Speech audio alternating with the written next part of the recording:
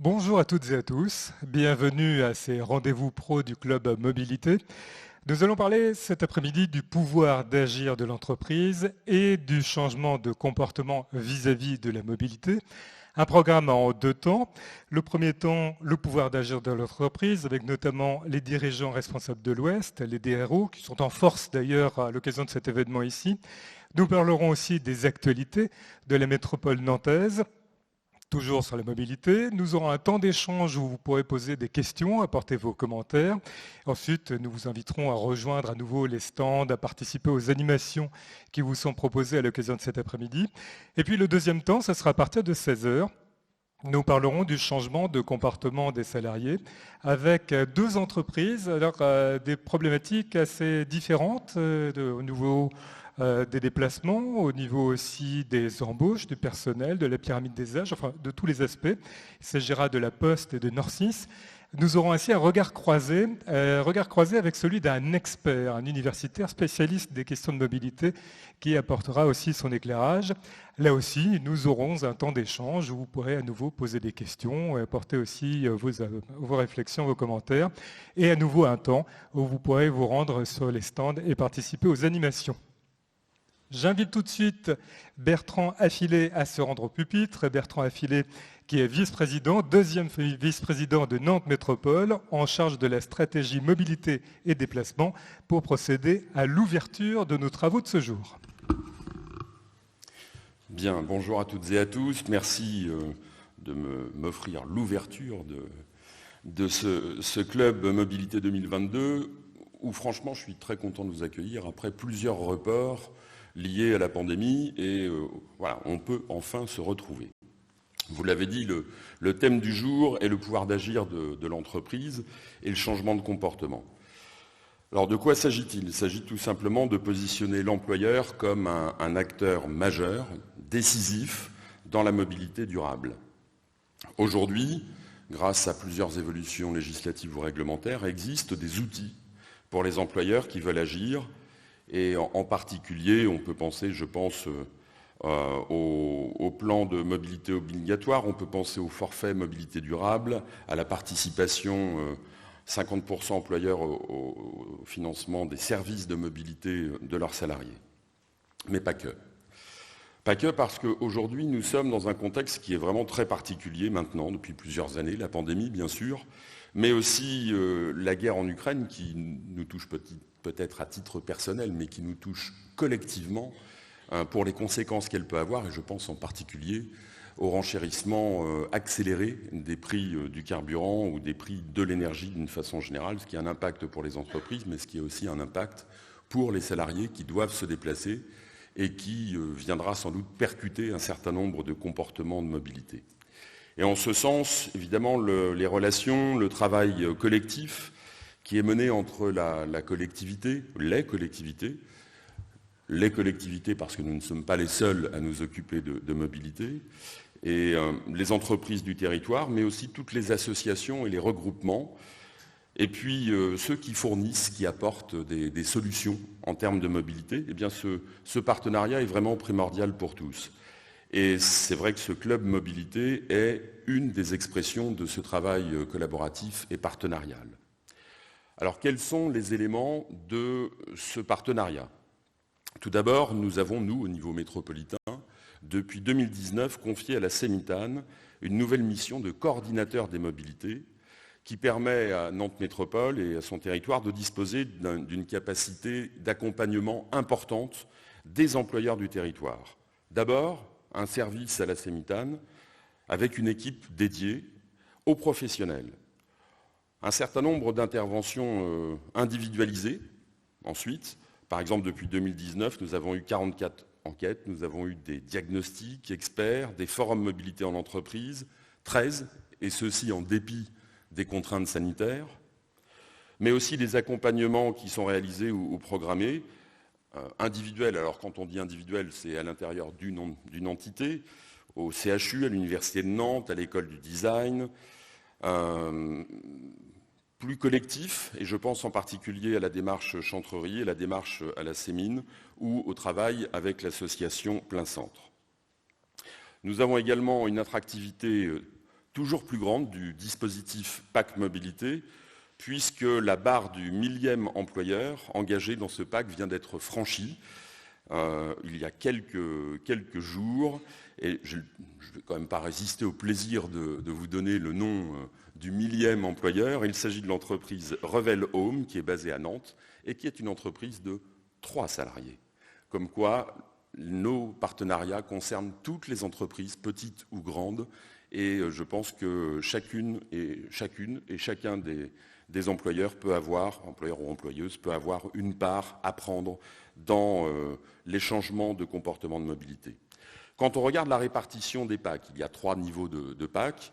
On s'aperçoit que le PAC 1 est celui qui regroupe à peu près un peu plus des 2/3, presque 70% des contributions ou des souscriptions. Et les PAC 2 et 3, qui marquent un engagement plus significatif, ont à peu près 15% chacun. Donc vous voyez qu'une partie du travail que nous aurons à faire, c'est de faire basculer des 70 vers les 15 et 15% des PAC 2 et 3. Ensuite, des partenariats se déploient aussi pour faire profiter à toujours plus d'employeurs des services que nous proposons, des contenus du bouquet d'offres et de services dédiés dans le PAC mobilité, dans les PAC mobilité. Et en interne, à Nantes Métropole, on s'est rendu compte qu'il était absolument nécessaire de ne pas travailler en silo, chacun dans son coin, mais qu'il fallait aussi travailler avec l'ensemble des services qui peuvent être concernés.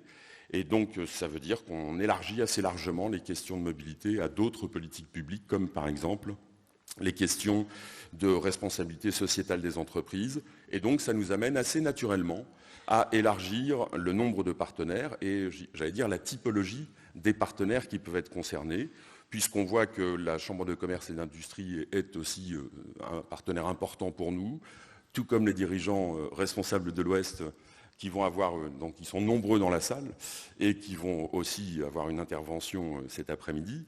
Et puis des associations, des clubs d'entreprise, des associations d'entreprise, j'en ai rencontré plusieurs en arrivant ici, et je pense en particulier parce qu'elles jouent un rôle très important à l'association de commerçants Plein Centre. Nous avons aussi un agrandissement du cercle des partenaires PAC avec, je crois que ça va être présenté après un peu plus en détail, mais je vais quand même les citer, les Boîtes à vélo, qui est une association qui est née il y a 10 ans à Nantes, qui regroupe des entrepreneurs opérant à vélo sur différents métiers. Alors je pense que vous connaissez plombier, électricien, dépanneur, voilà, mais pas que. Et l'objectif est aussi de développer l'entrepreneuriat à vélo, la cyclabilité professionnelle, comme disent les experts. Et ici, en fait, tout simplement, il s'agit dans le cadre des dispositifs PAC, de pouvoir faire bénéficier les employeurs de leur expertise technique sur la logistique à vélo et les matériels dédiés. Deuxième opérateur qui a rejoint le club des partenaires PAC, c'est Cities, qui est un acteur de l'autopartage, qui a implanté dans plusieurs villes de France et qui a ouvert ses premières stations sur Nantes en septembre 2021, venant ainsi compléter le réseau Marguerite. Donc quand vous prenez l'ensemble de ces éléments, vous vous rendez bien compte qu'on a un programme très riche pour cette journée du Club Mobilité 2022 qui constitue un lieu d'échange de pratiques, un lieu de recherche de solutions et un lieu misant sur l'intelligence collective dans la diversité des entreprises. Il est toujours possible de trouver des solutions adaptées à celles qu'on dirige ou celles dont on s'occupe du bien-être des salariés. Pour finir, je vais essayer de ne pas être trop long et je vais juste tous vous remercier pour avoir pris du temps pour votre présence, pour être là cet après-midi. Des remerciements tout particuliers également pour les équipes du coordinateur des mobilités, donc à la CEMITAN, pour tous les partenaires qui sont présents, sans oublier les équipes du département mobilité de Nantes Métropole, avec qui j'ai le plaisir de travailler, pas forcément au quotidien, mais très régulièrement. Et puis la Cité des Congrès qui nous accueille et qui nous accueille toujours dans les bonnes conditions ou les meilleures conditions qu'on connaît. Voilà, donc bon après-midi à tous, et puis puissiez-vous repartir avec beaucoup plus de réponses construites collectivement que de questions individuelles que vous aviez en arrivant. Voilà, merci.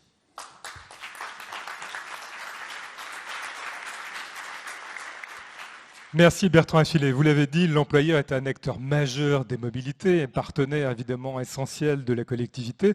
Et vous avez fait référence au DRO. J'invite Laurence Bachelier à prendre place au pupitre. Laurence Bachelier, qui est correspondante RSE au sein des dirigeants responsables de l'Ouest. Et vous êtes notamment pilote d'un des chantiers, chantier numéro 4, essentiel, un de plus, horaire et mobilité. Et je vous cède tout de suite la parole. Merci beaucoup. Donc bonjour à toutes et à tous. Je suis ravie effectivement de venir témoigner du pouvoir d'agir des entreprises aujourd'hui parmi vous, parce qu'au fait c'est vraiment l'ADN des dirigeants responsables de l'Ouest, l'association DRO, qui regroupe des entreprises. Alors depuis 2010. Donc c'est pas nouveau. Au départ, ils étaient 3, je crois. Et puis aujourd'hui, c'est 137 entreprises qui forment des RO et ça représente en tout plus de 78 000 salariés sur le territoire. Donc c'est un pouvoir d'action important. En 2019, le DRO ont lancé des chantiers de la transition. Partant du principe justement de cette importance du pouvoir d'agir des entreprises, ces chantiers sont là pour vraiment faire le pari que d'ici à 2030, sur chacun des 11 chantiers, on va viser de diviser par 2 les gaz à effet de serre de nos entreprises, en fait. Donc c'est vraiment un chantier ambitieux et une action importante sur le territoire. Pour vous en citer quelques-uns, les chantiers, il y a par exemple le chantier transition énergétique et solidaire, renaturation, transition alimentaire, réduction des plastiques. Je ne vais pas tous vous les citer, mais pour vous dire qu'on agit sur plusieurs domaines différents des entreprises, mais aussi, et c'est celui pour lequel je suis venue témoigner aujourd'hui, celui concernant les horaires et la mobilité des personnes et des biens. Alors, ce chantier, il vise, lui, à optimiser et à harmoniser la mobilité des personnes pour se rendre sur leur lieu de travail. C'est vraiment sur cette action qu'on a démarré, et en même temps, on s'est aperçu qu'il y avait différentes choses qui venaient agir autour de ces questions-là. Forcément, il y a la promotion des déplacements non motorisés, déplacements doux, on va dire ça comme ça, les aménagements des horaires aussi qui sont importants, qui peuvent faire la différence, la question du télétravail qui a pris une ampleur, comme vous le savez, assez importante, et le coworking. Et donc, en fait, on examine tous ces différents domaines-là, toutes ces différentes possibilités d'action-là, avec un groupe d'entreprises qui, et c'est ça qui rend la chose intéressante dans ce chantier, c'est des entreprises de secteurs et de tailles très différentes. On a des grandes, des petites, des moyennes, et chacune a des actions et peut déployer un certain nombre de choses, et on bénéficie des expériences des unes des autres en recherchant toujours le pratico-pratique. Le plus simple, le mieux c'est. Même si la question n'est pas toujours simple, bien sûr. Donc, c'est comme ça qu'au bout de 2 ans de partage et d'échange, on est arrivé à identifier 5 défis qu'on propose à notre collectif des DRO de mettre en place. Alors, je vais vous les citer, ces 5, pour vous montrer justement le côté très pratico-pratique de l'affaire. C'est notamment de répondre aux défis mobilité co-organisé par l'ADEME et la région Pays de la Loire et piloté par Alizé sur notre territoire, par l'association Alizé. Voilà, c'est quelque chose d'extrêmement concret et finalement assez facile à mettre en place pour mobiliser les collaborateurs sur une semaine. Cette année, c'est du 16 au 22. Je ne vais pas en faire la pub aujourd'hui, mais voilà, c'est pour vous donner un exemple. C'est aussi de mobiliser des salariés autour d'actions, de défis. Par exemple, on prend le vélo pendant tant de jours, et à chaque fois qu'on prend le vélo, on concrétise des points. Ces points sont traduits pour aller soutenir une association. Ça peut être d'organiser une conférence sur la mobilité douce au sein de son entreprise pour réfléchir à ces questions-là. lancer ou repenser son plan mobilité, comme on en a parlé, qui est un outil important pour les entreprises. C'est aussi de travailler ou d'échanger sur la réorganisation ou l'organisation du télétravail au sein de l'entreprise. Voilà, donc ça c'est pour citer les 5.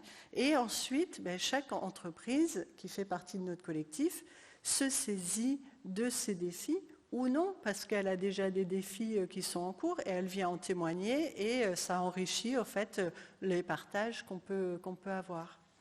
Donc au bout depuis 2 ans et demi maintenant pratiquement, on a comme ça pu échanger sur et identifier plus de 29 actions différentes, les mettre en partage et venir témoigner les unes des autres de ce qu'on faisait pour s'inspirer mutuellement. Voilà ce que je pouvais vous donner comme premier témoignage de ce que l'on fait au sein de DRO. Bien sûr, voilà, je serais ravie de répondre à des questions complémentaires s'il y en avait. Merci Laurence Bachelier.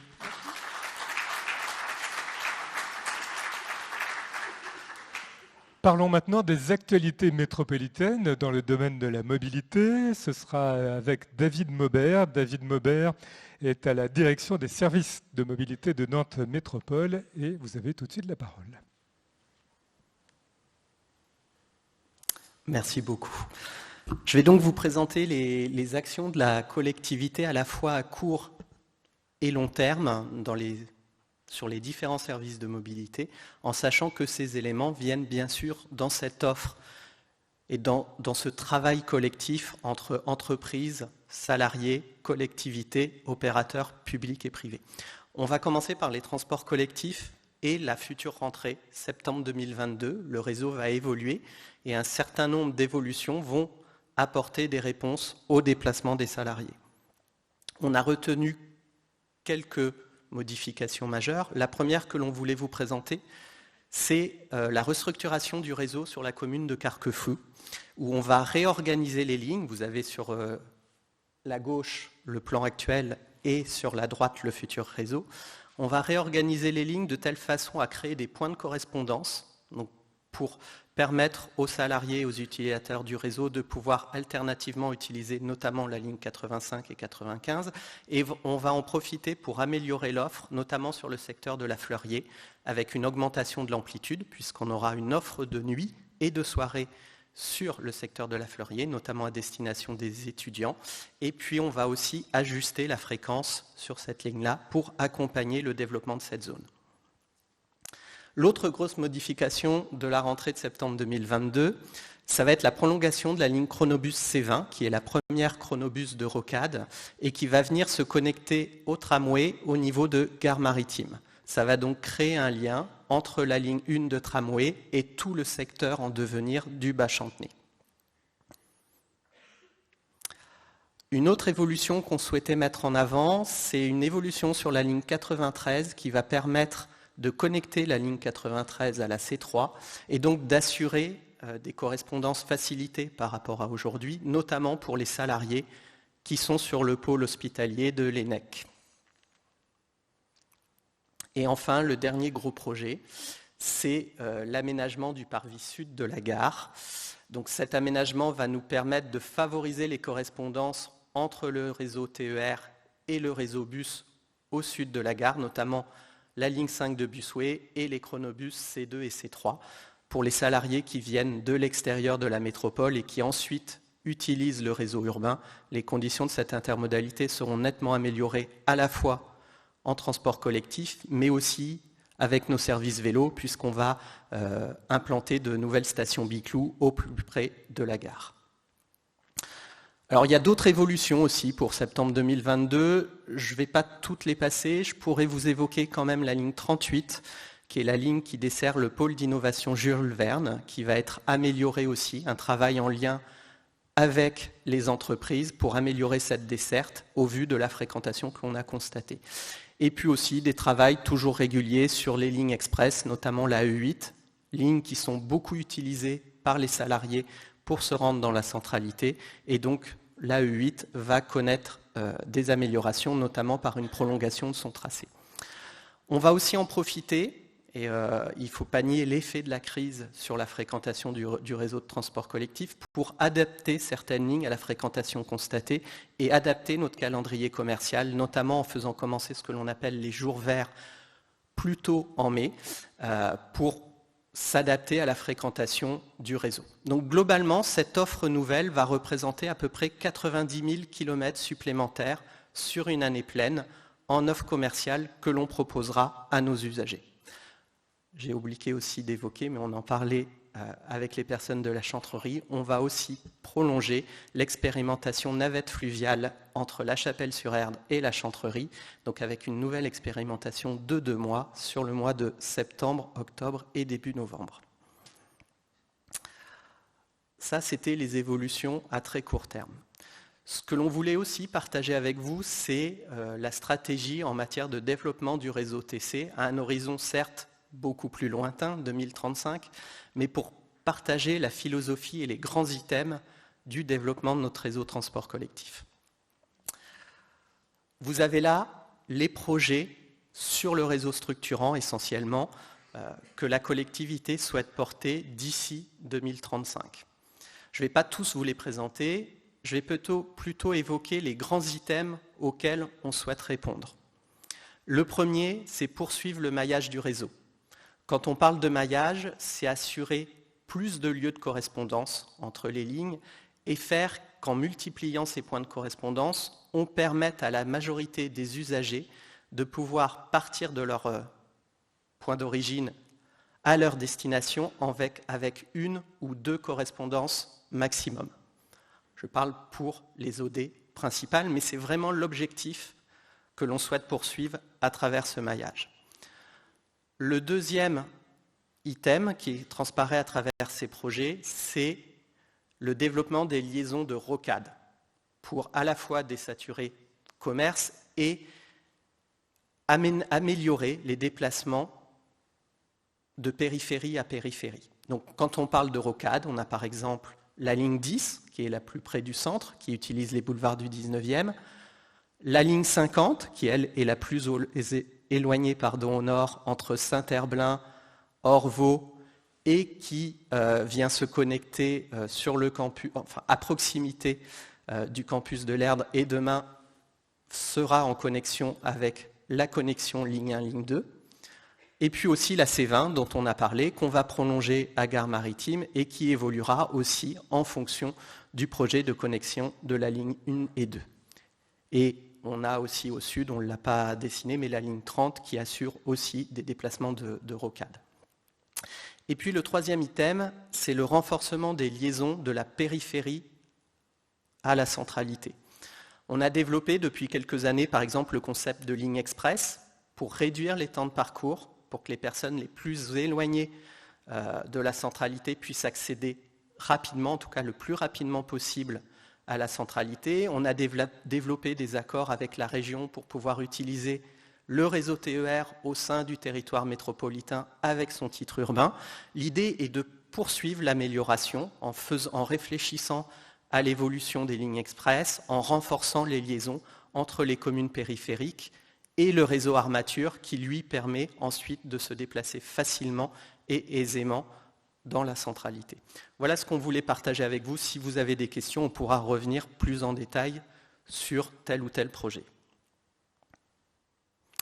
On vous a parlé de transport collectif, mais la collectivité ne se base pas que sur le transport collectif pour favoriser le changement de comportement. Il s'appuie sur un ensemble de services de mobilité et aussi sur des initiatives privées qui peuvent être mises en valeur dans le cadre de ce que l'on appelle chez nous le bouquet de services, qui est l'ensemble des solutions de mobilité.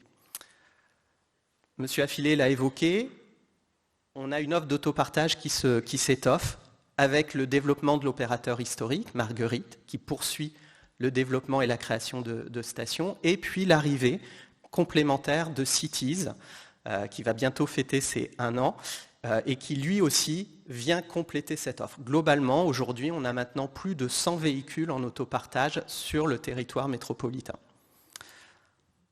En lien avec le réseau TC, on développe et on poursuit le développement de parkings relais. Donc on a notamment, il y a maintenant, juste avant la crise, développé notre offre en Sud-Loire avec l'extension du P+R Neustrie et Vertou. Et on va ajouter 2 nouveaux parcs relais au cours de l'année 2023. Le P+R Estuaire qui se situera à l'ouest de l'Agglo en lien avec la Chronobus C20 dont on a parlé tout à l'heure. Et puis, dans le 2e semestre 2023, la réalisation du P+R définitif du Gué-Trouin, qui est en connexion avec la C3 sur le boulevard Charles-Gautier, là aussi pour les déplacements venant de l'ouest de l'agglomération. On a aussi fait des travaux importants sur le parking commerce. Je pense que vous les avez tous vus en lien avec les aménagements de l'espace public. Ce parking commerce, on l'a surtout mis en conformité, notamment pour l'accessibilité PMR, puisque l'idée est bien que l'ensemble de nos offres de mobilité soient accessibles à tous. Et enfin, on l'évoquait, la livraison du nouveau pôle multimodal Gare Sud à l'automne 2022, qui est un élément essentiel sur l'intermodalité et qui bénéficiera à tous les utilisateurs de la gare.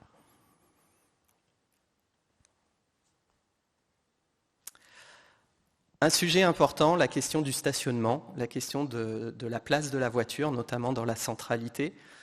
On est bien là dans un développement et dans une action cohérente sur l'ensemble des modes de déplacement et notamment pour favoriser ce changement de comportement, il faut aussi agir sur la voiture. Et donc, une des actions qui va être mise en œuvre, c'est l'extension du stationnement payant dans la centralité nantaise. Cette extension du stationnement payant, elle prend place aussi en lien avec le développement de l'offre de P+R, puisqu'on va favoriser le rabattement sur ces P+R pour éviter que la voiture ne rentre trop dans la centralité et aussi réduire le flux de transit.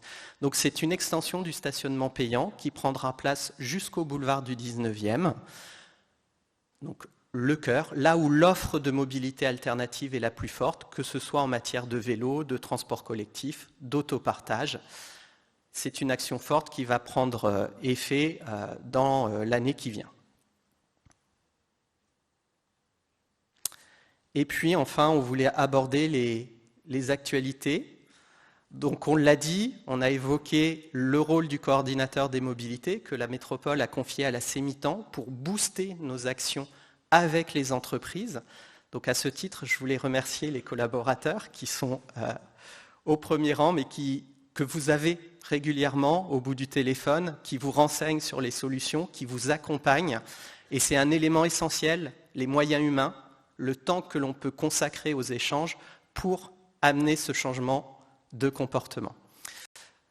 On l'a évoqué, les acteurs privés qui portent seuls, en tout cas sans contrat avec la collectivité, mais avec un partenariat avec la collectivité, des initiatives fortes. On a évoqué Cities, on a évoqué Marguerite, les boîtes à vélo qui viennent constituer et vous apporter des solutions pour vos déplacements professionnels, autrement qu'en voiture, et qui peuvent vous accompagner aussi dans la création de nouvelles activités économiques et dans tout ce qui va concerner la logistique. Et puis, Bertrand Affilé l'a évoqué, on vous a mis la cartographie de l'ensemble des entreprises qui ont signé, qui se sont engagées dans un pacte mobilité, donc plus de 1000, une expansion et une augmentation très forte depuis la crise Covid. On voit que la crise Covid a changé les mentalités dans un certain nombre, chez un certain nombre d'acteurs économiques. Et donc maintenant, on dépasse les 1000 entreprises qui se sont engagées dans cette démarche. Et je pense que, si on voulait résumer, c'est ce travail collectif entre entreprises, opérateurs, collectivités, mais aussi salariés, qui va nous permettre de faire une ville plus durable. Voilà. Merci David Maubert, je vous invite à venir vous asseoir. Je vais demander à la régie de bien vouloir rallumer dans la salle de façon à ce que nous puissions bien vous voir. Et nous avons des micros à votre disposition. Vous avez très probablement des questions, des commentaires à nous apporter. Alors, je remercie l'équipe chargée des micros de bien vouloir s'emparer des 10 micros. C'est fait. C'est fait. Merci beaucoup. Alors, qui a déjà une première question, un premier commentaire à nous apporter ? Je vous invite à lever la main. On va passer à la deuxième question. Voilà, la deuxième question, c'est monsieur. Le micro vous arrive tout de suite par votre gauche. Alors, je vous remercie de bien vouloir vous présenter et nous vous écoutons le temps qu'on branche le micro et c'est fait, c'est à vous. Alors, attendez, il n'est pas encore connecté. On va vous le reconnecter. Et voilà. Bonjour. Bonjour. Pascal Fièvre. J'avais une question par rapport à la gratuité du transport le week-end. Est-ce qu'il y a eu un impact mesuré sur la circulation, etc., des voitures en ville? Alors, Bertrand Affilé. Alors, l'impact qui est mesuré pour l'instant, il est mesuré sur le nombre de gens en plus dans les bus. Et on sait que par rapport à 2019, on est à peu près à un peu plus de 10% sur le samedi, par rapport à la même période en 2019, enfin période en début notamment lorsqu'on a pu appliquer les comparaisons. Et je crois que c'est un petit peu moins, autour de 8%, me semble-t-il, le dimanche. On n'a pas encore forcément procédé à des campagnes de comptage pour voir ce qu'on a gagné en termes de trafic automobile en moins, mais effectivement, il faut qu'on le fasse. Alors, une fois le dispositif complètement intégré, je pense qu'au bout d'un an, on doit pouvoir le faire. Mais vous savez, c'est toujours le travail en silo, c'est pas forcément les mêmes services qui font tout ça. Mais je pense que c'est une très bonne suggestion en tout cas, et je vous remercie d'avoir posé cette question, parce que du coup, il y a plein de gens qui l'ont entendu et personne ne pourra dire ce n'est pas intéressant. Donc le travail sera fait, c'est ce que vous venez de nous dire. Exactement. Et 8 à 10%, c'est déjà conséquent. C'est déjà conséquent, et je pense que alors je ne sais pas s'il y a des représentants de plein centre ici, mais je crois que les commerçants du centre-ville, et pas forcément que du centre-ville aussi, constatent qu'il y a effectivement plus de gens globalement à vaquer, plus de chalands. Alors après, certains disent oui, mais c'est compliqué de prendre les transports en commun quand les samedis sont des samedis avec quelques événements perturbateurs de la circulation des transports en commun, on est d'accord. Mais en même temps, pensez bien que des gens qui viennent d'un peu à l'extérieur, être obligés de s'arrêter avant d'arriver en cœur d'agglomération, c'est pas forcément un problème pour eux, parce qu'ils continuent à pied et ils font les commerces qui sont sur leur route. C'est plus gênant pour ceux qui ont l'habitude de circuler en cœur d'agglomération uniquement et qui ont effectivement l'impression et c'est une réalité, que les transports en commun ne circulent pas forcément aussi bien. Par contre, quand on vient de l'extérieur et qu'on peut les prendre gratuitement, qu'on peut laisser sa voiture en parking relais, effectivement, là, c'est un plus indéniable. Donc là aussi, il faudra attendre que tous les indicateurs soient de retour à la normale pour avoir une capacité à mesurer l'impact réel. Mais on peut toujours espérer que tous les indicateurs reviennent à la normale, y compris la tranquillité des samedis après-midi en centre-ville. D'autres questions, interventions? Oui, alors vous allez faire un passage de relais de micro, c'est à vous. Oui, bonjour, Thierry Soulard. Moi j'ai une question sur les pistes cyclables. Vous avez évoqué l'aménagement sur la partie bus, sur la partie stationnement voirie, et je voudrais savoir si vous allez poursuivre la sécurisation des pistes cyclables sur l'ensemble de l'agglomération pour faciliter finalement l'arrivée dans les entreprises.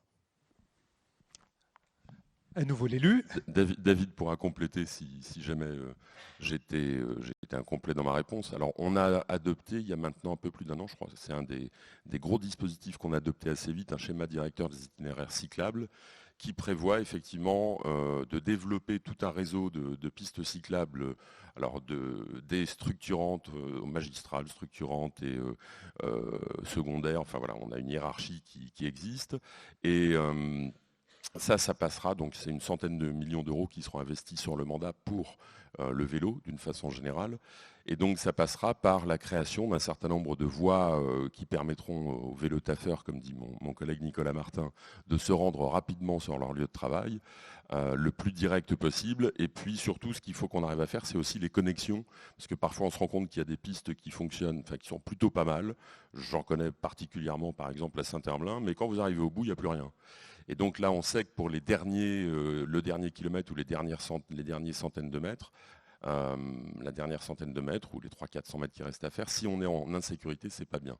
Donc il y a eu un diagnostic de fait. On s'attelle maintenant à la fois à la structuration. On s'attelle aussi à mettre en place des stationnements sécurisés, parce que c'est important dans les entreprises, vous vous en occupez très souvent, mais à l'extérieur des entreprises, je pense à des salariés qui par exemple reprendraient leur vélo pour aller déjeuner le midi. S'il n'y a pas de stationnement sécurisé là où ils vont, voilà, c'est aussi un frein à l'usage. Donc je pense qu'on doit avoir un doublement par 2, me semble-t-il, plus que 2 même, des crédits vélo entre le mandat précédent et ce mandat-ci. Voilà, c'est de cette façon-là qu'on progressera. Et puis on a aussi expérimenté ce qu'on appelle l'urbanisme tactique, c'est-à-dire là où on teste. Alors vous savez, c'est les aménagements en jaune avec des balaireaux de jaune et de la peinture jaune, où on expérimente, on voit si ça fonctionne et on en tire le bilan de l'expérimentation avec les usagers. Et si ça fonctionne, on transforme. Si ça ne fonctionne pas, on remet et on revient en arrière et on part sur autre chose. Donc on a tous ces éléments qui sont adoptés. Je crois, David, que j'ai fait à peu près le tour. Voilà. Alors sur l'ensemble de l'agglomération, on ne fera pas tout en 3 ans ou 4 ans. Il nous faudra quand même un peu plus de temps pour mailler complètement l'agglomération. Et notamment, il y a l'ambition de faire une grande rocade vélo qui parfois bute sur des choses toutes simples qui s'appellent des fleuves, enfin un fleuve, ou des rivières. Et donc il faut attendre qu'on retravaille un pont, par exemple, alors le pont de Bellevue. On a insisté pour que sur le chantier de rénovation du pont de Bellevue, qu'il y ait vraiment un emplacement prévu, confortable pour les vélos, protégé, pour pouvoir passer tout simplement en parallèle des voitures et que qu'on n'ouvre pas seulement des possibilités de circulation accrues pour les voitures, mais qu'on permette aussi d'avoir une meilleure circulation pour les vélos, y compris pour des gens qui font 10, 12 ou 15 km à vélo, et il y en a. D'autres questions? Questions ou commentaires? Oui, madame, le micro, vous arrivez par votre droite. Et nous allons pouvoir écouter votre question ou votre intervention. Il fonctionne bien. C'est à vous.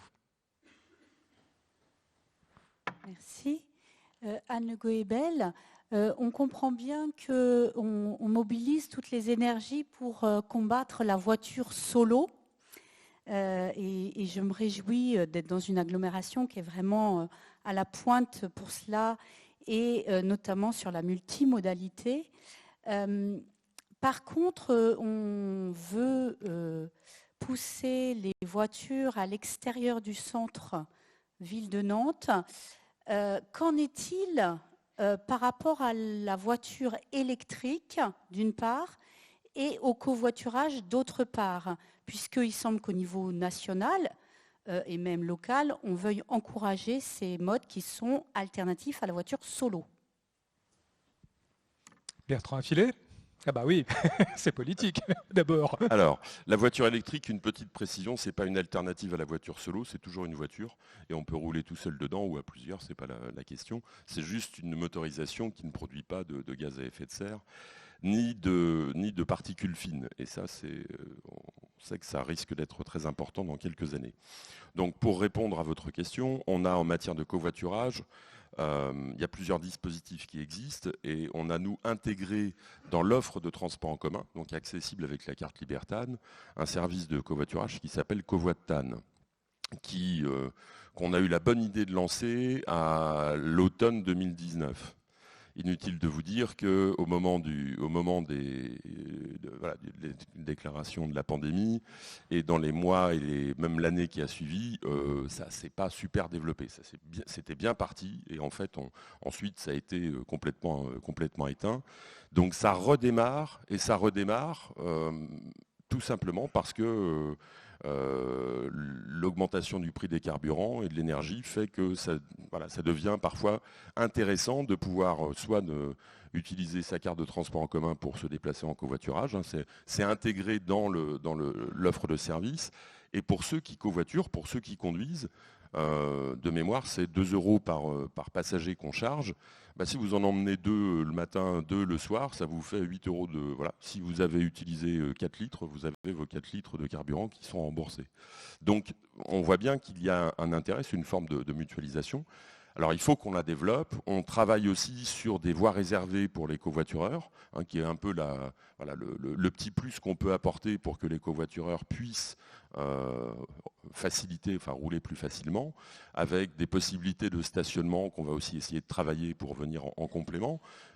L'idée, c'est que ceux qui prennent leur voiture et transportent les autres, rendent un service à la collectivité, et donc il faut qu'on essaie de leur offrir des compensations et pas simplement des sous, mais aussi des petits services supplémentaires qui leur permettent de gagner du temps et de faciliter la vie. Sur les voitures électriques, et notamment c'est sur les bornes de recharge, parce que les voitures électriques, les gens s'en occupent et s'en occuperont sans doute encore plus à l'avenir, mais les bornes de recharge, là, on est sur quelque chose d'un peu nouveau pour nous, tout simplement parce que la doctrine qu'on avait jusqu'à présent sur la métropole, c'était de ne pas installer de bornes de recharge sur l'espace public, pour une raison très simple, c'est que si on veut que l'espace public soit redonné aux piétons et aux vélos, on ne peut pas laisser des bagnoles en stationnement partout, donc on ne peut pas avoir des bornes de recharge qui maillent un peu partout sur l'ensemble de la voirie, parce que du coup c'est complètement antinomique.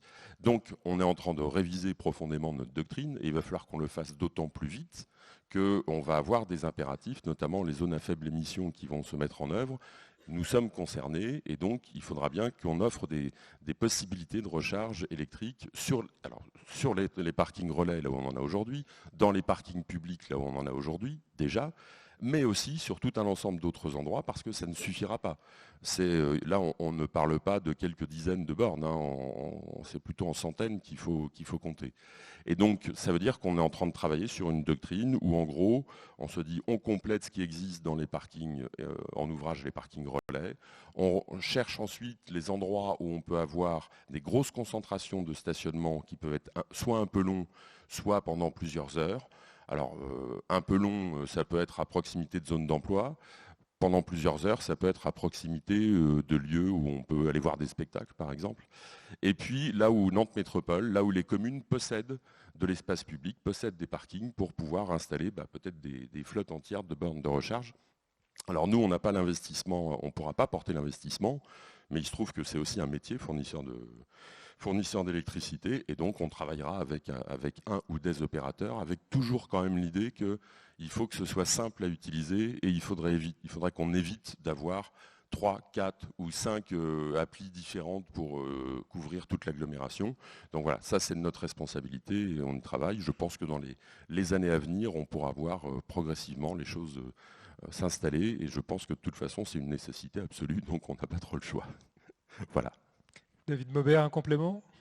Peut-être juste sur la question du covoiturage. Monsieur Affilé vous a évoqué à la fois les services de mise en relation, les infrastructures. En infrastructure, on développe aussi des aires de covoiturage, à la fois en lien avec le département, à la fois pour les personnes extérieures à l'agglo qui viennent travailler à l'agglo, et aussi pour les personnes qui habitent l'agglomération mais qui travaillent à l'extérieur de la métropole.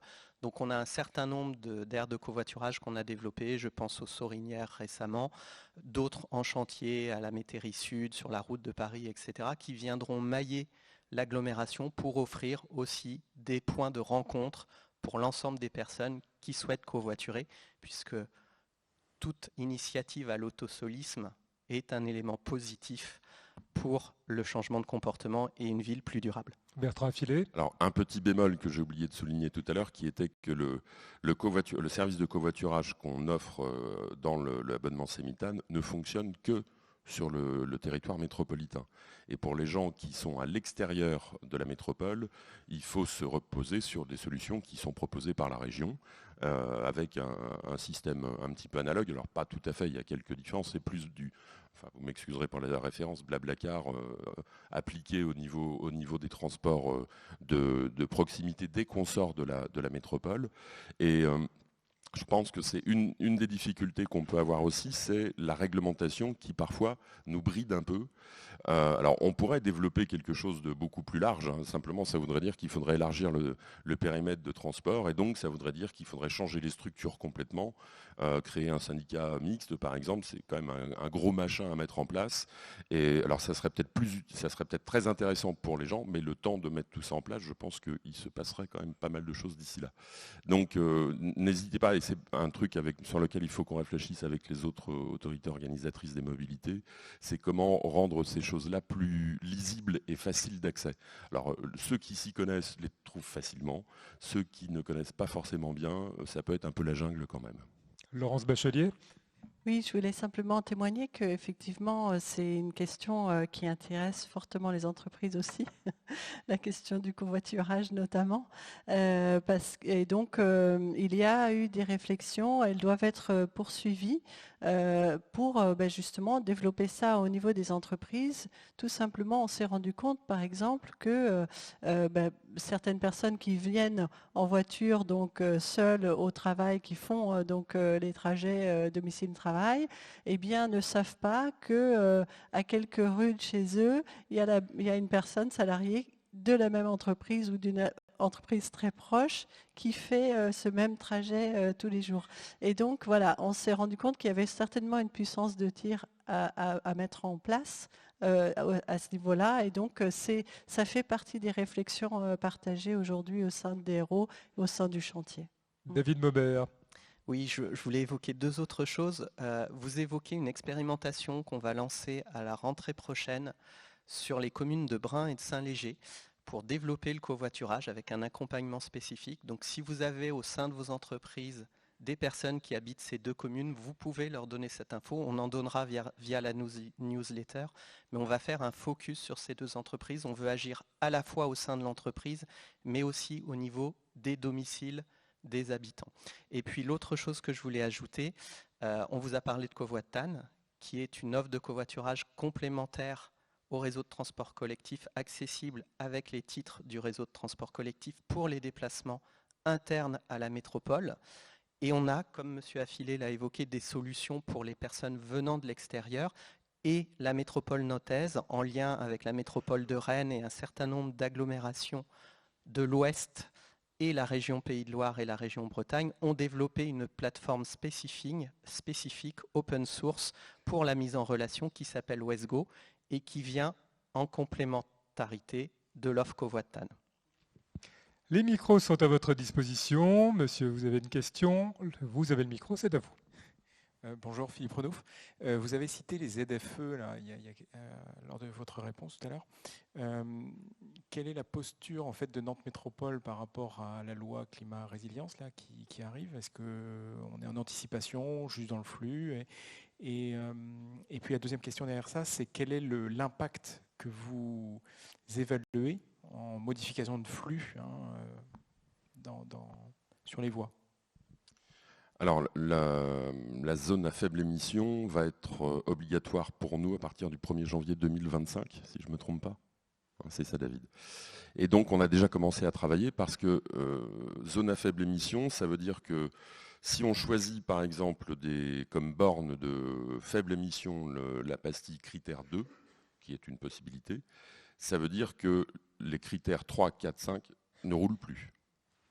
Donc, vous imaginez ce que ça veut dire? Ça veut dire que les gens qui circuleraient avec avec ces voitures critérisées 3, 4, 5, se feraient verbaliser à chaque fois qu'ils croiseraient des gens qui sont chargés de cette police. Donc, il faut vraiment bien travailler sur la cible, jusqu'où on va, travailler sur le périmètre d'application. Alors, sachant que quand on parle, certains vous disent bah, le centre-ville de Nantes c'est bien suffisant, d'autres vous disent ah bah non, il faut aller jusqu'au boulevard du 19e, D'autres vous disent non, Nantes, ça suffit. D'autres vous disent non, non, non, c'est toute la métropole ou l'intrapériphérique de la métropole. Enfin voilà, on a toutes les versions possibles. Les élus extra-nantais ont tendance à dire mais nous, on veut bien aussi avoir une zone à faible émission chez nous, il n'y a pas de raison. Et du coup, ça veut dire qu'on a à travailler, alors on a parlé des bornes de recharge, mais on a aussi à travailler sur quel accompagnement social, parce qu'aujourd'hui on sait bien tous qu'il y a pas mal de gens qui ont des voitures qui ne pourront plus rouler demain et qui n'ont pas forcément les moyens de changer de voiture pour avoir une voiture propre ou de reconditionner leur véhicule pour qu'ils puissent rouler à l'énergie électrique. Donc on est en train de travailler là-dessus. Alors on va prendre les questions dans l'ordre et le plus compliqué pour nous, ça va être aussi de nous articuler avec les dispositifs d'État, puisque là j'ai cru comprendre que l'État, alors on va avoir sans doute quelques évolutions à venir, j'en sais rien, dans les semaines qui sont devant nous, mais on voit bien que de toute façon la loi est là, elle nous impose ce changement comme à d'autres métropoles, et donc l'État devra prendre sa part aussi avec des dispositifs de cofinancement, notamment c'est la partie qui sera la plus compliquée. Nous on ne pourra pas aider seuls avec les politiques d'accompagnement social des communes par exemple, on ne pourra pas aider seuls nos habitants concernés, donc ça veut dire qu'il faudra bien qu'il y ait une réponse collective et engagée. Et peut-être que aussi, il est possible que les entreprises elles-mêmes seront touchées, puisque les véhicules professionnels seront également touchés de la même façon. Après, il y a des petites subtilités, je vous en donne une. Sur le territoire métropolitain, il y a un périphérique. Est-ce que le périphérique, c'est zone à faible émission ou pas? Parce que si c'est zone à faible émission, il n'y a quasiment plus aucun camion qui passe dessus. Et là, ça poserait pas simplement ça pose des problèmes qui ne sont pas que des problèmes philosophiques. C'est pratique pour tout le monde. Pour toutes les entreprises qui se font livrer, pour tous les clients qui attendront la livraison de leurs biens. Donc c'est vraiment des questions essentielles. Et ce qui va se poser très vite aussi, c'est ce qu'on impose aux particuliers. Il faudra aussi un moment, et la question ça sera quand, l'imposer à l'ensemble des flottes.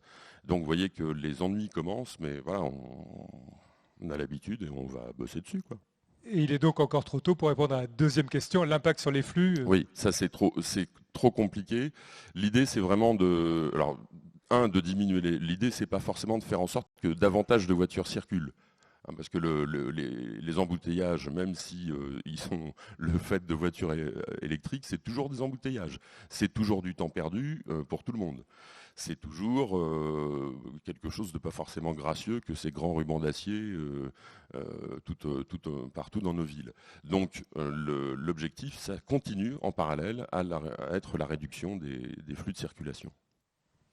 Nous avons le temps de prendre une dernière question. Monsieur, le micro va vous arriver dans quelques instants. Ne courez pas, hein. Prenez soin de vous. C'est à vous, nous vous écoutons. Bonjour Arnaud Cazot. Je voulais savoir en termes d'information auprès du public individuel ou information collective, est-ce qu'on peut imaginer qu'un jour il y aurait une sorte de guichet de la mobilité qui réunirait les différents partenaires de la mobilité sur Nantes Métropole et peut-être au-delà même, dans un premier temps déjà au niveau de Nantes Métropole en fonction des problématiques des publics jeunes, âgés, avec emploi, sans emploi, en fonction de leur accès à la mobilité, des problématiques qu'ils vont rencontrer, un lieu qui puisse se réunir, alors physiquement ou aussi virtuellement. Voilà les ressources en termes de mobilité. On a beaucoup d'opérateurs, on a les gros opérateurs, on a les petits opérateurs qui promotionnent le vélo, etc. Voilà, un lieu ou des lieux qui puissent être des lieux ressources et des guichets. Alors oui, mais déjà ce qu'on peut dire c'est qu'avec la carte Libertad, on peut accéder à un certain nombre de services et pas simplement les transports en commun. On a parlé du covoiturage, on peut parler de Marguerite, on peut parler du Biclou par exemple. Il nous reste plusieurs briques, dont une par exemple le stationnement. Voilà. Et donc on a travaillé, quand on a dans la nouvelle délégation de service public de 2019 donné à la CEMITAN la fonction de coordinateur des mobilités, c'est exactement dans cet esprit-là. C'est d'avoir une entrée unique pour les usagers, pour tous les services de mobilité. Alors, quand je parle de tous les services de mobilité, ce n'est pas forcément intégrer les vélocistes qui font l'entretien de votre vélo, monsieur, c'est les services collectifs, on va dire, d'une façon générale. Et donc là, l'idée, c'est qu'avec, à terme, avec le même support, alors je ne sais pas si ça sera une carte, si ça sera sur un smartphone, comment ça se présentera exactement, qu'on puisse accéder à tous les services avec, si possible, une seule inscription à terme. On s'inscrit une fois et on accède à tout. C'est-à-dire que le coordinateur des mobilités, en fait, se débrouille, j'allais dire, avec tous les prestataires pour leur verser à chaque fois ce qu'il leur est dû. Mais pour l'usager, il n'y a qu'une seule démarche à faire. Compte tenu de sa situation personnelle, sociale par exemple, qui ouvre droit à un certain nombre de réductions, eh bien elles sont appliquées de fait une fois qu'on a rempli un seul dossier, ce qui est quand même ce qui facilite la vie. Et bien sûr, on n'est pas que dans le numérique et dans le virtuel, ça veut dire aussi avoir un lieu unique où on aura une sorte de maison de la mobilité, si vous me permettez l'expression, avec la possibilité d'accueillir sur place les gens qui auraient des questions, en plus du téléphone, en plus des sites internet, des applis, etc. Donc oui, non seulement on y réfléchit, mais c'est même un objectif. David Maubert, un point sur les événements à venir. Alors, si on peut remettre la présentation. Ça arrive. Voilà, on voulait partager avec vous les événements du mois de mai. Pour vous signaler, alors d'une part que le challenge vélo a commencé depuis dimanche, du 1er au 31 mai. Donc si au sein des entreprises, vous souhaitez valoriser les salariés qui viennent au vélo, incitez-les à télécharger l'appli GeoVélo et à s'inscrire au challenge. En plus, l'appli GeoVélo est très utile en termes de définition d'itinéraires, en termes aussi de sécurisation des itinéraires. Vous avez la possibilité pour aller à un point de destination de choisir des parcours sécurisés, notamment quand vous êtes avec vos enfants. On voulait aussi évoquer le challenge mobilité du 16 au 22 mai, en lien avec l'ADEME, et puis la fête du vélo, avec place au vélo le dimanche 22 mai, donc un mois de mai sous le signe du vélo. On espère que le temps sera de la partie. Et puis on voulait aussi évoquer, vous signaler que la plateforme TAN Pro, via les e-services, va être mise en œuvre au mois de mai, donc dans les jours qui viennent. Donc une nouvelle plateforme pour pouvoir commander vos titres et pour pouvoir gérer toute la partie transport collectif. Vous évoquez aussi que nous allions lancer des nouveaux cycles de formation pour les référents mobilité à partir de l'été, avec à peu près une séance par mois, où vous pourrez vous inscrire pour partager les éléments autour de la mobilité.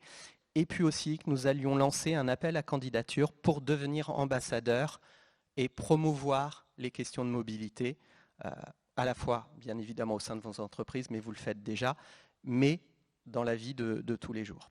Voilà. Merci à nos trois intervenants qui ont mis en lumière cette dynamique partenariale qui anime le territoire métropolitain.